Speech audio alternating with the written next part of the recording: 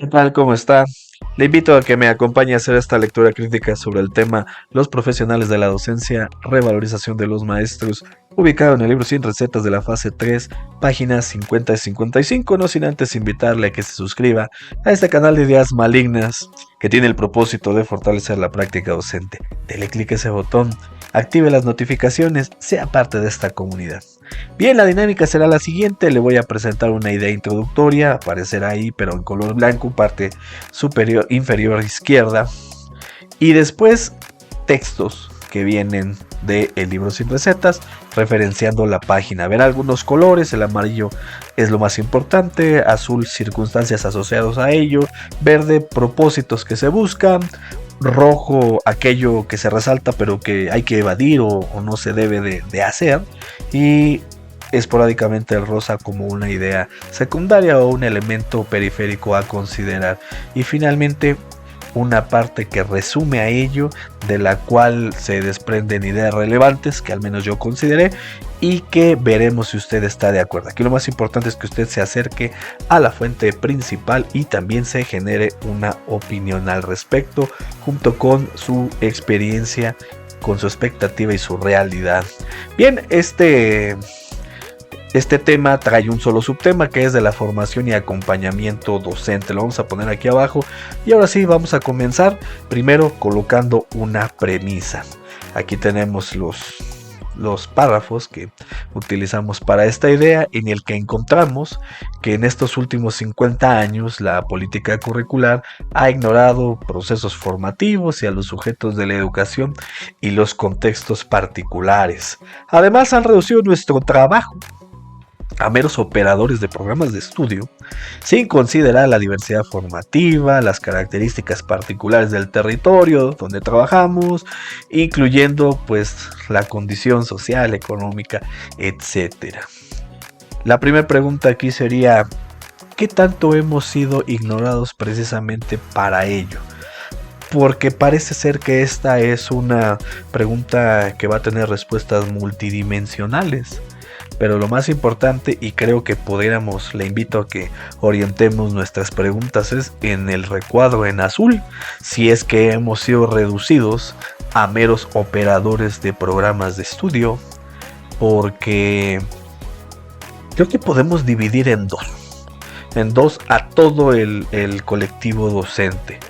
De entre todo lo que usted traiga en mente, le propongo esta división en dos, que es entre quienes se sentían cómodos que un programa de estudios tuviera temas, subtemas, toda una jerarquía o una progresión, y entre quienes dicen: a mí pónganme elementos curriculares de los cuales voy a generar yo aquello que no está.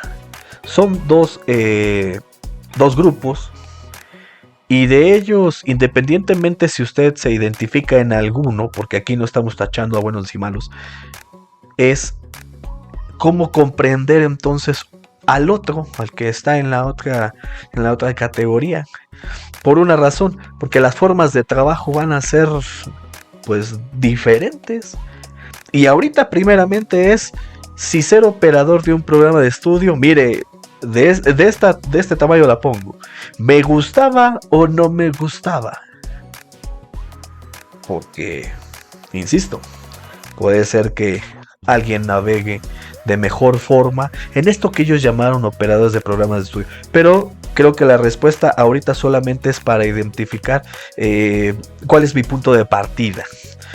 Aún así, desde donde usted esté, hay un desdén, y eso nos incluye a todos. Aquí están los 4 párrafos que incluyen a esta idea del desdén, porque resulta que pues ya se han agregado más actividades al trabajo. Ahí viene, por ejemplo, del CTE. Pero mire qué chistoso, ¿no? En el CTE es donde está el proceso de formación y apropiación. Como que yo me estoy preguntando por qué estará ahí, o si se pusieron de acuerdo los redactores para dejarlo. Pero lo que sí es seguro es que hay una percepción de que hay más trabajo. Y además, que la actual división del trabajo docente, la forma de organizar la actividad pedagógica, se ha construido históricamente desde la ignorancia, el menosprecio de nuestra condición de profesionales de la educación. Porque nuestra función se ha reducido a instruir, informar, aconsejar y animar. Ya el que se ponga entre comillas, yo quisiera saber si hay una intencionalidad sobre ello. Y preguntarnos si poner reducir ya implica un menosprecio. Porque instruir, informar, aconsejar y animar, pues no necesariamente son actividades de menor valía. ¿O usted qué opina? Si son o siguen siendo importantes, ¿usted las utiliza en el día a día y las considera importantes? Porque dentro de esta idea que está englobando el menosprecio, está precisamente esto. Entonces, ¿cuál sería la mayor valía? Y después el ejercicio y mejoramiento de la práctica docente se ha impuesto con base en los resultados del aprendizaje de los estudiantes y el currículo como referente instrumental, y ambos responden a intereses burocráticos que imponen la calidad educativa como finalidad del sistema educativo. Qué difícil, ¿no? Qué difícil, porque con un solo número, un número en la boleta, hay una descripción, o se intenta hacer una descripción de un alumno sobre lo que hizo en un periodo de tiempo determinado. Y aunque la normativa nos dice que somos corresponsables, bueno, ese mismo número entonces de alguna manera también me califica a mí.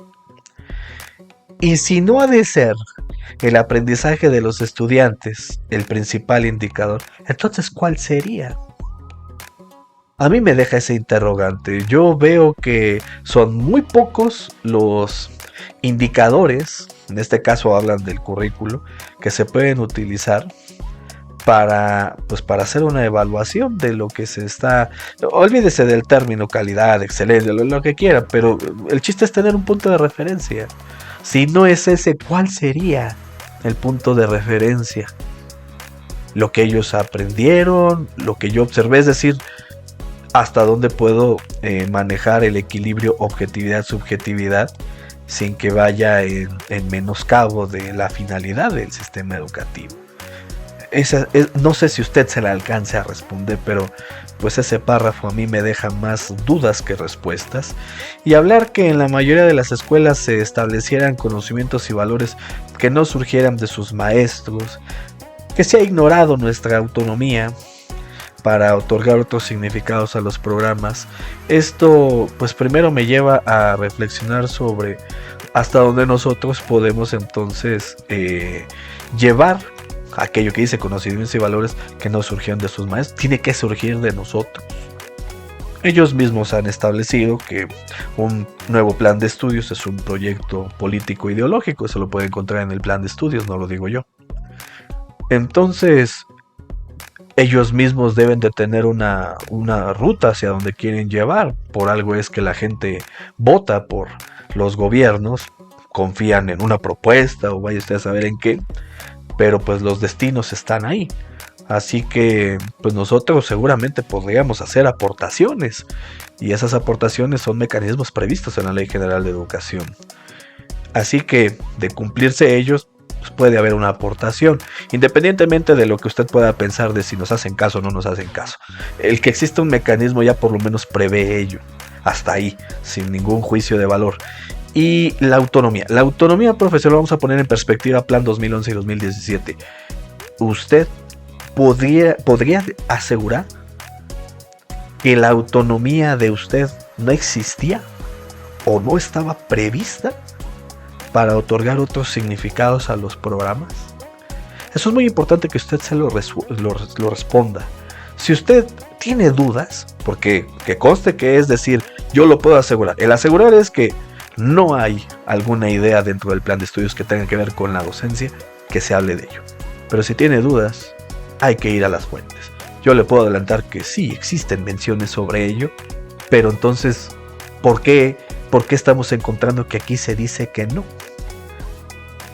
Si usted tiene, aquí dependerá del tiempo que usted tenga de experiencia en el magisterio. ¿Por qué? Porque a lo mejor usted es su primer plan de estudios o apenas viene de transitar de aprendizajes clave. Aquí yo solamente lo llevo hasta 2011. Y resulta que sí se podía hacer eso. Es más, hasta el libro sin recetas de la fase 6, nos vamos a adelantar hasta la fase 6, vamos a encontrar que lo que hoy se llama programa analítico, pues no es otra cosa más que recoger lo que ellos llaman pedagogías populares, es decir, algo que ya se hacía, pero que aparentemente no estaba institucionalizado o procedimentado, como usted le quiera llamar. Y bueno, hay una respuesta, ya que todo esto no es un panorama favorable para el magisterio, pues resulta que hay una respuesta de parte de los maestros y pues hemos sido los principales sujetos dentro de la sociedad que hemos sabido mantener la utopía, la emancipación y la esperanza en el porvenir a través de la educación. También hemos sabido definir nuestras apuestas, hemos interrogado al modelo curricular instrumental, es decir, al que se está haciendo mención del pasado, y se ha apostado por la movilización pacífica y el diálogo abierto, ha interpelado al sistema, ha intervenido en la realidad del trabajo docente. Entonces, de alguna manera, ellos aceptan que pues sí se ha podido hacer, y pues estoy seguro que usted estará de acuerdo que cuando usted llega al aula, en el aula usted lo que diga o lo que haga, eso va a transitar. Hemos asumido socialmente el compromiso con el futuro en contra del peso muerto de la historia, que es la indiferencia hacia el aprendizaje y otras cosas, hacia los motivos que empujan al estudiantado y subrayan a las niñas a retirarse de las escuelas. Estamos hablando de un día a día donde, por ahí frases coloquiales, se saca el trabajo. Que no importa quién ande allá arriba en el gobierno o allá en la silla de la Secretaría de Educación Pública, las cosas ahí están sucediendo. Como si hubiera un plan de estudios que solamente está en cada una de las escuelas. Y bueno, pues apelando a la ética profesional de todos nosotros, pues se intentan hacer las cosas como mejor se pueden y evidentemente en el reconocimiento del alumnado. Esto no quiere decir que estemos romantizando el trabajo docente, ¿verdad? Usted pregúntese si usted está haciendo esfuerzos por construir experiencias de aprendizaje o si usted está apostando al memorístico o a la repetición. Porque es importante, solamente usted sabe, solamente yo lo sé. Podemos decirle a uno al otro y podemos enmascarar ciertas cosas. Nosotros, dentro de nosotros sabremos.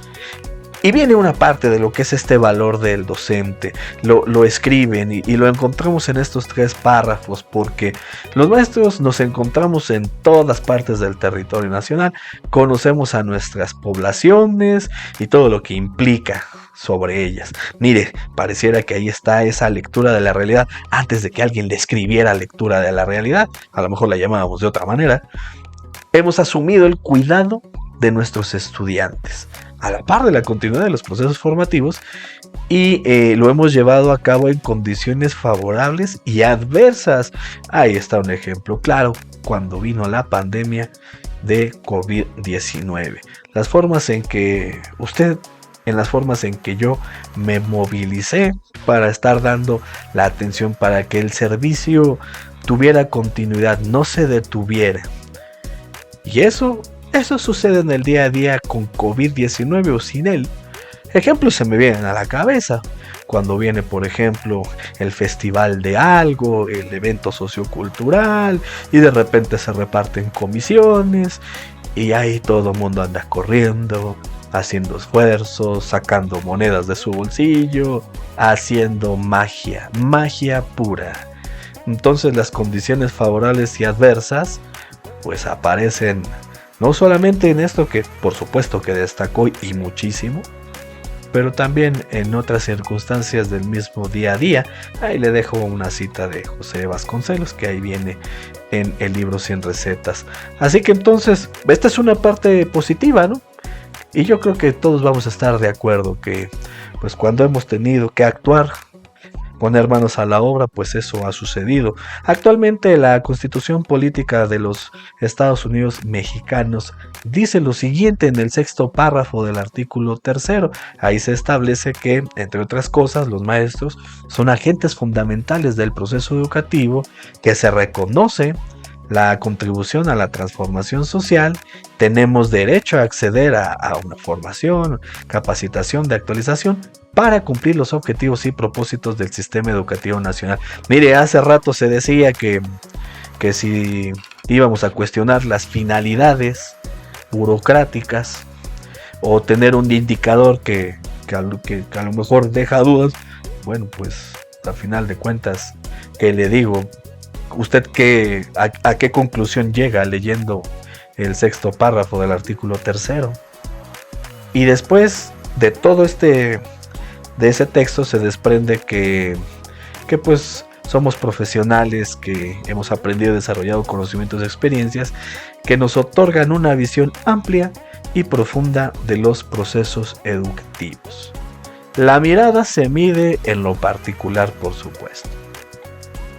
Porque ahora que estamos con este tema o ámbito de la lectura de la realidad, habría que estarnos preguntando qué tanto conocemos de la realidad de nuestras comunidades o qué tanto conocemos de la realidad de nuestra vida cotidiana. ¿Cuántas cosas pasan frente a nosotros que dejamos pasar, que volteamos hacia otro lado, que hacemos como que no nos enteramos, en aquellas donde ponemos atención y énfasis, ¿por qué lo hacemos? Fíjese qué interesante, comenzar primero con qué tan amplia es mi visión de lo que yo estoy haciendo, de lo que dejo de hacer, y parece un momento hasta oportuno para hacer una retrospectiva de lo que ha sido nuestra vida profesional y personal, para ver aquellos caminos en los que a lo mejor no fue bueno transitar, ¿por qué pasamos por ahí? Incluso, y qué de provecho sacamos de ello, porque a veces, pues usted lo sabe, también sucede. Todo esto nos lleva a caminar a un horizonte sensato, le llamo yo. ¿Y por qué un horizonte sensato? Bueno, partimos de la idea de que pues se ha oprimido al magisterio y que pues aquellos saberes del docente, la autonomía profesional del magisterio no era reconocida, pero aquí sí. ¿Para qué? Para contextualizar. ¿Contextualizar a quién? A los programas de estudio, de acuerdo con la realidad y además otros elementos pedagógicos que usted debe de estar considerando. La libertad epistémica y metodológica sobre los conocimientos y saberes es un derecho y una conquista del magisterio. Es un principio curricular de toma de decisiones. Esto hay que enmarcarlo, hay que subrayarlo. Es un principio curricular de toma de decisiones y hay un para qué, plantear contenidos, didácticas y proyectos desde los territorios. Sin que digamos estaba el programa de estudio, ese no le hagas caso. No, sí hazle caso, es parte de. Pero esa autonomía profesional que nos lleva para contextualizar la libertad epistémica y metodológica, verlo como un derecho y una conquista del magisterio. Hoy en día, ¿cómo ejerce usted entonces esta autonomía profesional? Lo primero, y ya sabíamos que era autonomía profesional a la luz del Plan de Estudios 2022, no a la mía, a la luz del Plan 2022, ahorita por lo menos sabemos que es un principio curricular de toma de decisiones. Esta es la pregunta obligada, ¿no? Entonces, ¿qué es la autonomía profesional? Y por supuesto que encontramos una respuesta. Es un ejercicio crítico que practican los maestros durante los procesos educativos. Esto subráyelo, en diálogo constante con los estudiantes para decidir los alcances y las limitaciones de sus acciones pedagógicas dentro y fuera de la escuela. Esta autonomía nos permite una lectura permanente de la realidad para redefinir su enseñanza, planeación y evaluación de acuerdo con las circunstancias. Y mire, en relación con el sujeto y su saber, no solamente es lo que yo vea, también es lo que vea el de enfrente llamado alumno. Dos miradas que se cruzan, y esas dos miradas que se cruzan, en ese choque de trenes o en esos trenes que corren a la par, debe de surgir entonces información. Ese es el diálogo constante con el estudiantado y así poder decidir estos alcances y limitaciones de sus acciones pedagógicas. Por eso la pregunta la vuelvo a traer a colación. ¿Usted cómo ejerce su autonomía profesional? O mejor todavía, le dejan ejercer su autonomía profesional. Si usted es directivo, si usted es de supervisión, es importante que tenga en consideración esto que está en amarillo, porque aquí viene una implicación. Confianza. Pero también del lado de los docentes debe de haber una ética profesional en esa confianza que se pida, que se solicite o que ya se está entregando para ceñirse a los lineamientos, a los órdenes que vengan en el plan de estudio. Entonces hemos resuelto esa pregunta. Y ahora, ¿y dónde se desarrolla la autonomía profesional?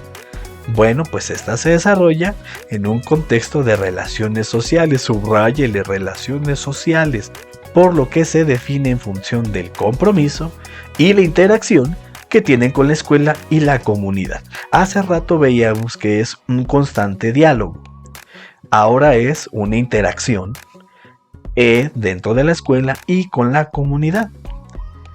Es fundamental que dispongamos y participemos en la creación de puentes institucionales, organizativos y curriculares para construir vínculos pedagógicos con la comunidad y así comprender las necesidades y demandas de esta, especialmente a través de las familias.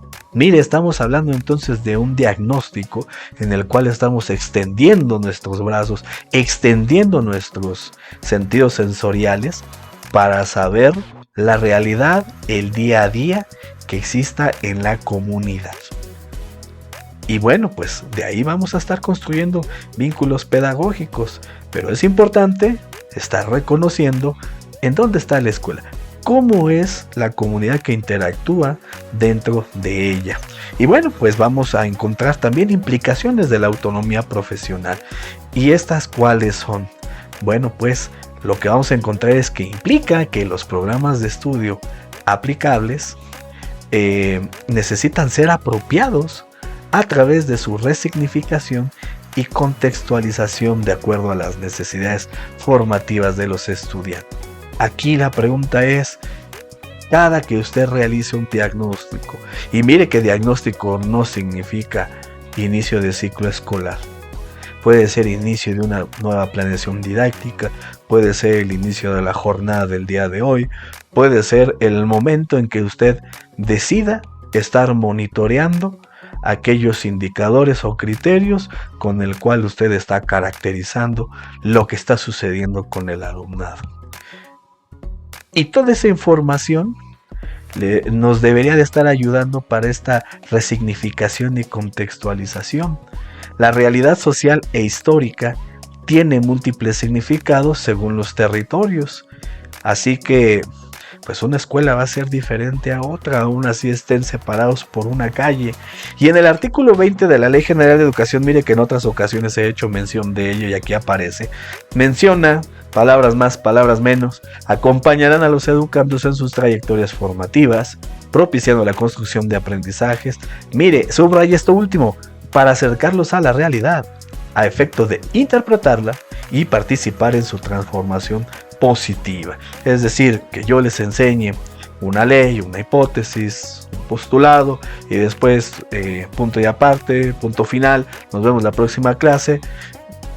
La pregunta sería, ¿yo los acerqué a una interpretación y participación en la transformación positiva?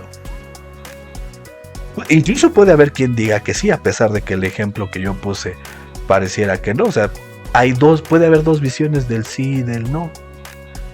Por eso es importante cuál es la concepción que tiene cada uno de nosotros sobre lo que es acercar a la realidad, interpretarla y participar en su transformación positiva. Porque la pregunta es la realidad de quién. Y la realidad debe ser del estudiantado.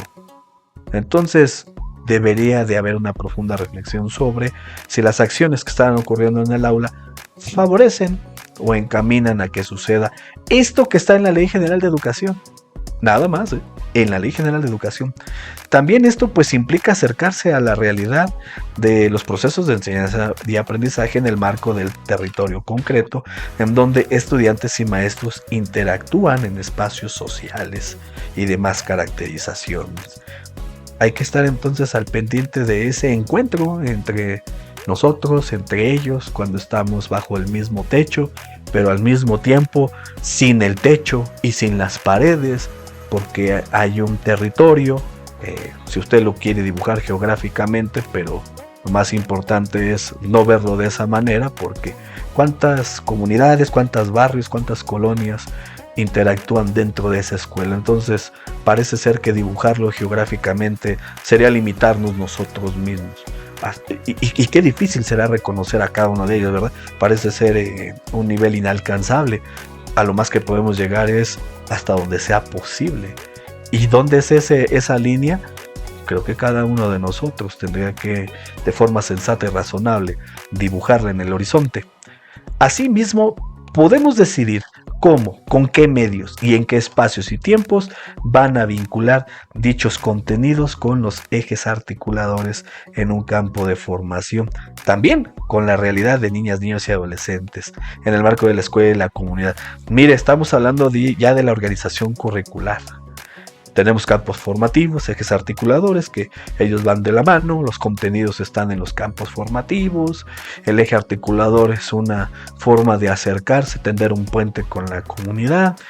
Aquí estamos hablando de un conocimiento ya no elemental, por lo menos moderado, de lo que es el tema número 8 en particular del plan de estudios.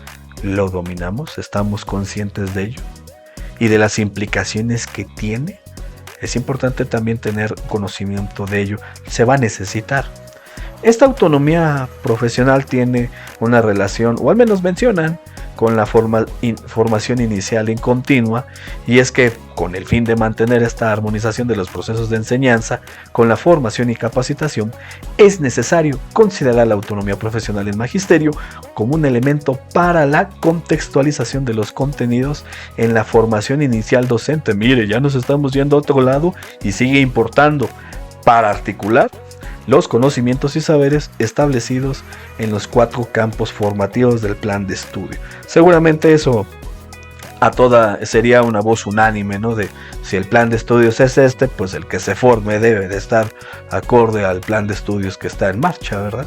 Si se va a hablar de los otros, pues quizás solamente como elementos comparativos, semejanzas y diferencias, algo por ese estilo, pero debe estar armonizado. Mire, llegamos a algo bien interesante, aparece por ahí la problematización, uno de los 3 elementos del que se compone la integración curricular. La problematización está asociada entonces a la autonomía profesional. Bueno, pues parece que entre las páginas 53 y 54 podemos encontrar algunas respuestas. Ya le había hablado acerca de el organizador curricular de la relación contenidos campo-ejes. Se construye a partir de la realidad, venimos de ello, ¿verdad? Pero mire, se requiere entonces desde todo esto que se problematice en la forma de un tema, problema o situación. Ya desde hace mucho tiempo le había comentado en este canal que no todo eran problemas, pero que era la palabra que más se había viralizado y había ganado presencia en la conversación docente. Y cuando tenemos pues otras opciones y la definición de estos, así como el método y la profundidad, bueno, y los exarticuladores, se hace a partir de la deliberación de maestros entre sí, junto con sus estudiantes. En algún momento también le platiqué, en otros videos, que los estudiantes son parte de las voces que tienen que ver en la problematización, la cual yo particularmente le he llamado de 2 vías, la que realizo yo en el momento en que yo ya definí un tema, problema o situación, y en la que entrarán ellos con sus necesidades, con sus intereses, con sus inquietudes, con su mirada de la realidad. Así que la pregunta aquí es, ¿nosotros estamos pasando por este paso? ¿Nos están permitiendo nuestros directivos llegar a este paso?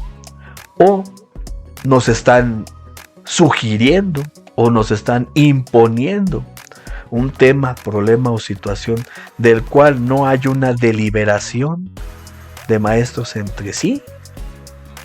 Eso hay que resolverlo. Si usted es directivo, es importante que usted, dentro de su bitácora y sus registros, para haber llegado a una conclusión, es de qué manera se hizo el ejercicio deliberativo y hasta dónde la autonomía profesional tuvo cabida en ello. ¿No se sabía que era autonomía profesional? Bueno, hace unos instantes lo encontramos, así que pues ya nos aclaró las cosas. Ahora es qué posición estaré adoptando como directivo, e incluso como personal de supervisión, ante la autonomía profesional del colectivo docente. ¿Por qué? Pues porque entre la información que hay se tomarán decisiones.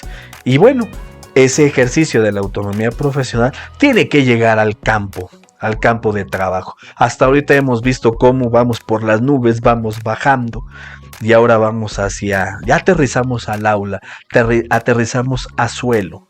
Y en este suelo es importante saber de qué manera se manifiesta entonces esta autonomía profesional o debiera de manifestarse. Y ahí es donde encontramos que los métodos, conceptos y saberes que se desprendan de nuestra experiencia aunados a la realidad son recursos para que con base en los contenidos de los programas sintéticos decidamos el planteamiento didáctico que van a desarrollar con sus comunidades de aula. Eso es importantísimo que surja de una decisión de uno mismo con la información que se tuvo y al reunirme con otros con esa misma información o información que otro por ahí recabó, todo esto en conjunto y llegar a ese planteamiento didáctico. Qué importante entonces, estamos viendo un trabajo horizontal.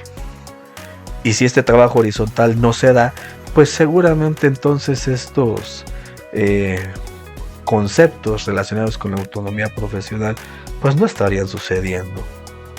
O estarían sucediendo a la luz de a lo mejor una visión de lo que se cree que es la autonomía profesional. Y eso pudiera desviar el camino en todo caso.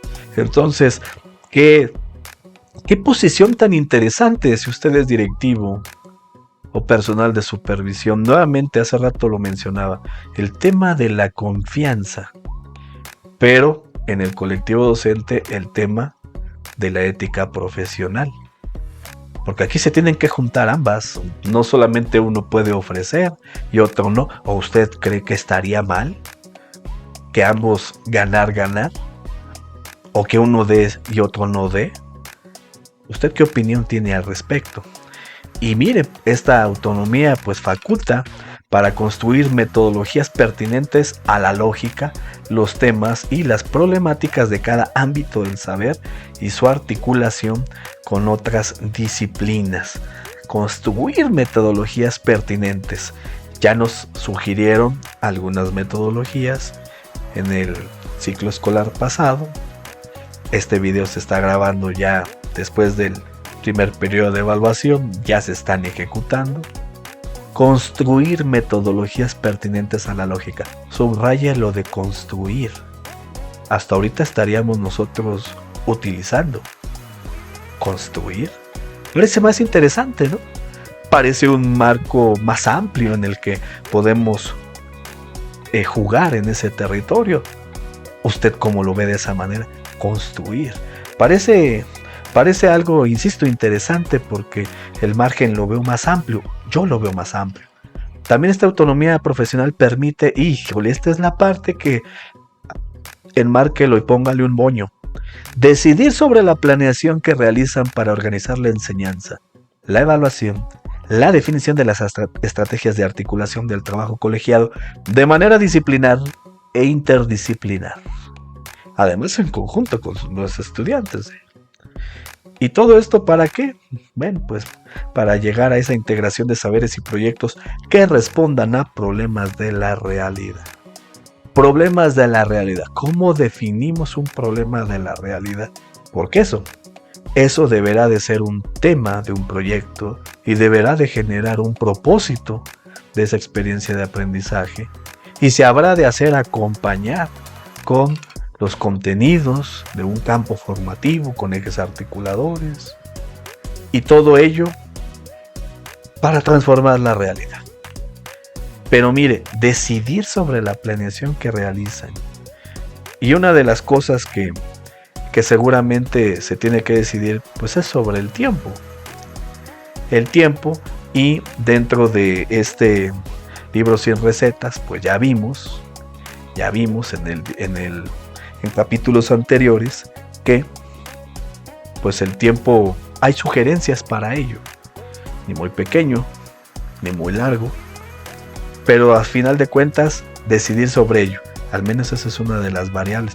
Esta otra está más interesante: definición de las estrategias de articulación del trabajo colegiado de manera disciplinar e interdisciplinar. ¿De qué manera nos estamos conectando con los compañeros, dependiendo en la fase que estemos trabajando, para poder impulsar este trabajo colegiado? Qué difícil es hacer esto cuando el trabajo docente pues comienza y termina en solitario durante una jornada escolar, ¿verdad? Y hay muy poco tiempo para la interacción. Pero bueno, la premisa es que hagamos esto y buscar el tiempo para ello. La relevancia de los saberes docentes. Esto es importante considerarlo. La autonomía profesional está rescatando esos saberes que vimos en un principio que políticas curriculares anteriores oprimieron, ignoraron, menospreciaron. Pero ahora, pues resulta que esta autonomía profesional, que es una construcción social y que tiene como base el conjunto de saberes docentes que están estrechamente relacionados con las condiciones en las que llevan a cabo su enseñanza. Aquello que sabemos de nuestras comunidades, de nuestros alumnos, incluso si usted lleva ya algún rato dentro de esa escuela, pues lo que ha recogido históricamente de lo que ha sucedido, de cómo ha evolucionado la sociedad, los valores, los símbolos dentro de ese territorio no geográfico, porque también son, de alguna manera, si los quisiéramos definir, los saberes docentes son las prácticas, ideas, juicios, discursos y argumentos diferenciados que le dan sentido al trabajo de los maestros. Y bueno, dentro de todas las cosas que podemos tener como consecuencia de ello, tomar decisiones respecto a los contenidos de los programas, más allá del dominio de una disciplina, tecnología o metodología, porque se supone están situados dentro de la realidad territorial, social e histórica. Aquí ya se da por hecho que se da. Y tenemos que hacernos nuevamente esta pregunta, porque ya llevo creo 3 veces diciéndolo. ¿De qué manera nosotros podemos decir que las planeaciones que yo lleve hasta este momento, no importa en qué momento del ciclo escolar esté usted escuchando esto, de qué manera han sido contextualizados a esa realidad territorial, social e histórica?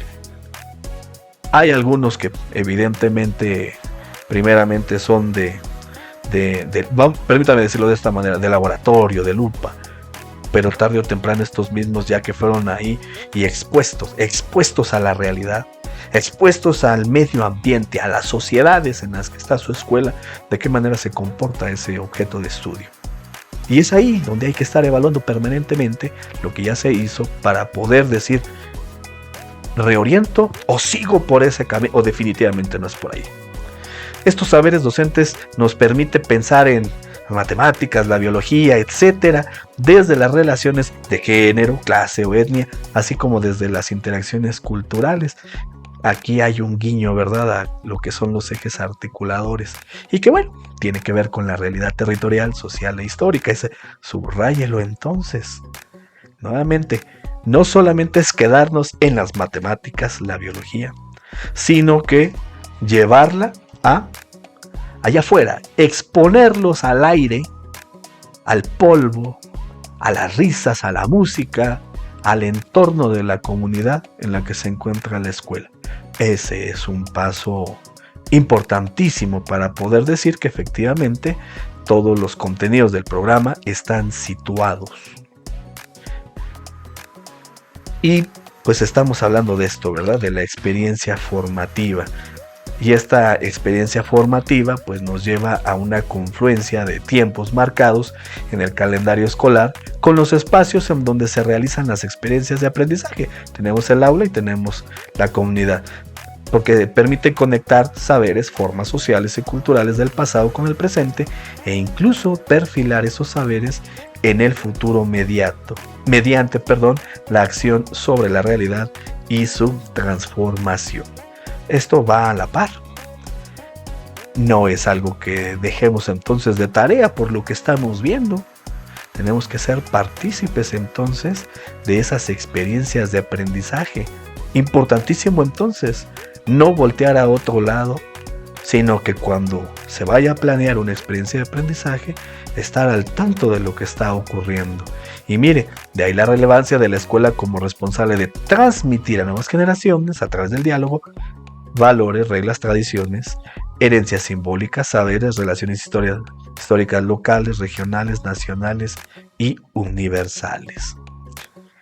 Pero todo esto necesita de la cotidianidad.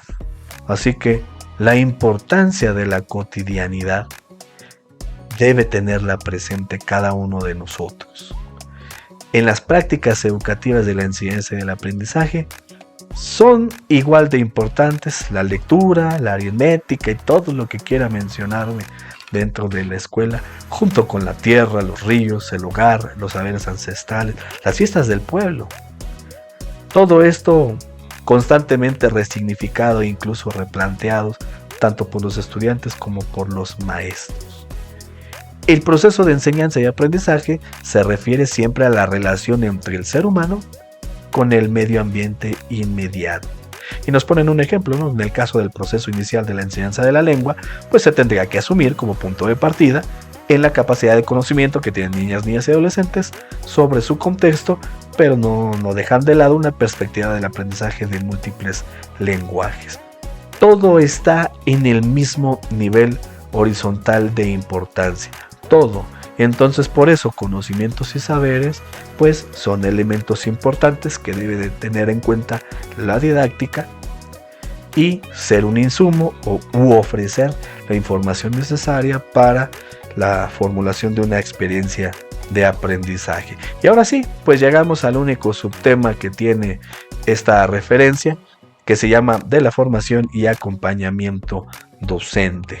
Y bien, pues vamos a encontrar la siguiente información sobre ello. Ya el subtítulo está en la página, en la parte de arriba, en donde pues reconocer la profesionalidad, la experiencia y los saberes como una de las herramientas medulares para la puesta en práctica del plan.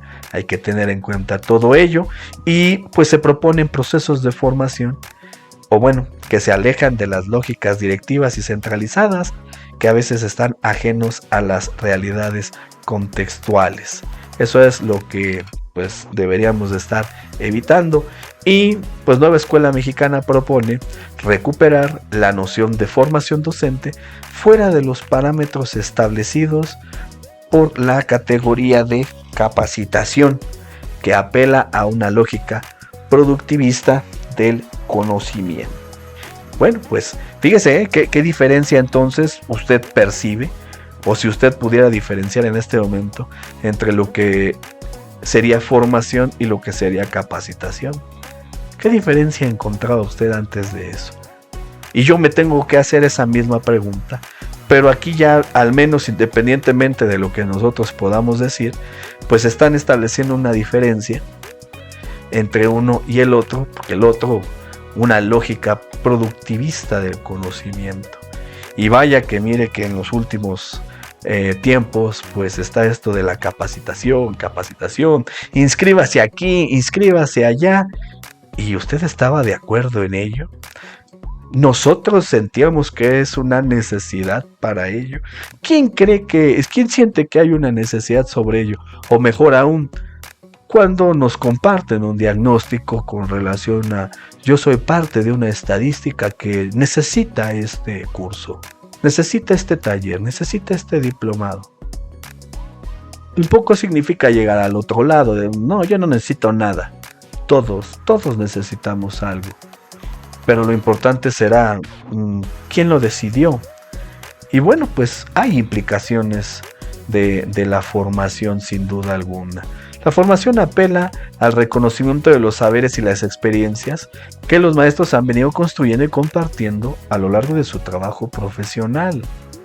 Está algo importante. Es desde ahí que el diálogo, subrayen el diálogo, se convierte en una de las principales herramientas para socializar los conocimientos adquiridos y enriquecerlos a través de la retroalimentación colectiva. Y mire, socializar conocimientos, retroalimentación colectiva. Aquí viene entonces algo que pues ya los vamos a separar porque son importantes. Caminar desde un punto de partida donde dejen de ser los especialistas elegidos por la autoridad quienes vienen a capacitar, que pues muchas veces son ajenos a nuestras realidades, y avanzar hacia una mirada en la que colegiadamente nos formamos y acompañamos. Es decir, nosotros podemos hacerlo, podemos enriquecerlo a través de la retroalimentación colectiva. Esto parece tener un espacio de peligro. Si fuera un videojuego, la bomba, el pozo, donde si uno cae, explota, o uno se va a un vacío y pierde una vida, por decirlo de esta manera. ¿Por qué razón? Porque entonces significa que sería suficiente, y lo planteo como pregunta, ¿sería suficiente solamente con la retroalimentación colectiva, con lo que tenemos en el centro de trabajo? ¿Con eso es? Parece ser una pregunta de difícil respuesta colectiva. Sí, de una respuesta particular, por supuesto, pero imagínense, 1.200.000 y tantos. Una respuesta muy particular, pero ellos están sugiriendo que dentro de la formación es importante considerarlo. Me parece que como consideración es muy válida. ¿De qué manera ocurren en sus consejos técnicos escolares o reuniones de trabajo ese tipo de retroalimentación? ¿De qué manera participamos? ¿Tenemos la tolerancia para escuchar las opiniones de otros? ¿Sí será válido esto de que es que estamos dándole vueltas al asunto, es que estamos no estamos siendo concretos? Qué difícil, ¿verdad? A veces escuchar la opinión de otras personas y ver que el reloj está avanzando y quizá eso atenta contra mis intereses, llamado ya me quiero ir, llamado pues me están desesperando, no estoy de acuerdo con ello. Qué difícil estar en una retroalimentación colectiva donde cada visión, cada señalamiento de igual valor, porque todos deberíamos de tener ese mismo valor, y de qué manera pueden estar dentro de una mesa de trabajo, dentro de una mesa de discusión, para que exista esto, ¿no? De avanzar hacia una mirada en la que colegiadamente nos formamos y acompañamos. Son situaciones que cada mesa de trabajo tendría que estar verificando y valorando. Y bueno, pues llegamos a reflexiones sobre lo que es la formación y encontramos estas. Y mire, esta también hay que enmarcarla, subráyela, ya vamos a ponerlos mejor en cuadritos diferenciados. La puesta en práctica de este plan de estudios convoca a diversas reflexiones y procesos que para algunas personas pueden ser no del todo conocidos. Entonces, no vamos a criminalizar a nadie. Simplemente estamos encontrando el punto de partida. El punto de partida sobre el cual habrá un trayecto de formación con nosotros también. Y se habrá de llevar a cabo diversas acciones que contribuyan a profundizar los saberes y conocimientos docentes. ¿Cuáles son esas acciones? Quizá el consejo técnico sea una de ellas, ojalá y no sean las únicas. Pero empiezan a haber algunas, como se socializarán distintos materiales y recursos que acompañen las discusiones y reflexiones, que se consolidarán los puentes de comunicación con instituciones públicas. Miren, ellos mismos, ahí es donde encontraron la respuesta, usted lo va a ver en la diapositiva de atrás. Instituciones públicas que se encargan de precisamente la capacitación, es decir, tienen cabida, no se desentiende. Pero en el otro cuadrito, importante, en amarillo, que los maestros con experiencia y compromiso nos acompañen y promuevan desde sus espacios y comunidades diversas acciones de formación donde medie el diálogo, la reflexión y retroalimentación.